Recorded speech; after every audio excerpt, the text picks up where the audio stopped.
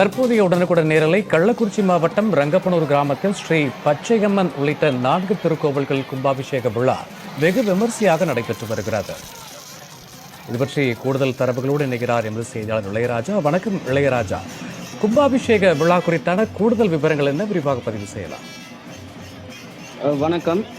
கள்ளக்குறிச்சி மாவட்டம் சங்கராபுரம் அருகே உள்ள ரங்கப்பனூர் கிராமத்தில் அமைந்துள்ள ஸ்ரீ பச்சையம்மன் மற்றும் சப்த முனீஸ்வரர் ஆலயம் மற்றும் அதே பகுதியில் அமைந்துள்ள ஸ்ரீ செல்வ விநாயகர் உள்ளிட்ட 4 கோவில்களில் பரிவார மூர்த்திகளை புனரமைக்கப்பட்ட நிலையில் கோவில் பணிகள் சில நாட்களுக்கு முன்பு நிறைவடைந்தது. இதனையொட்டி கடந்த 29ஆம் தேதி லட்சுமி ஹோமம், மகா கணபதி பூஜையுடன் முதற்கால யாகசாலை பூஜையுடன் தொடங்கி நேற்று மாலை 3ஆம் கால யாகசாலை பூஜையும் நடைபெற்றது. இன்று காலை 4ஆம் கால யாகசாலை பூஜை நடைபெற்றதை தொடர்ந்து யாகசாலையிலிருந்து கலசங்கள் புறப்பட்டு ஸ்ரீ பச்சையம்மன் மற்றும் சப்த முனீஸ்வரர், ஸ்ரீ செல்வ விநாயகர் உள்ளிட்ட 4 கோவில்களில் கோபுர கலசங்களில் சிவாட்சர்கள் வேத மந்திரங்கள் முழங்க புனித நீர் ஊற்றப்பட்டு கும்பாபிஷேகம் வெகு விமர்சையாக நடைபெற்றது.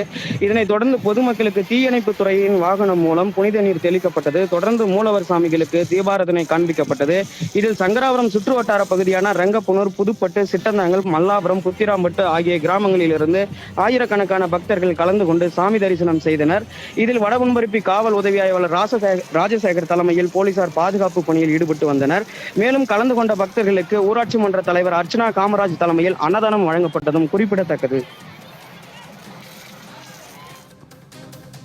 இளையராஜா, கூடுதல் விவரங்களுக்கு நன்றி.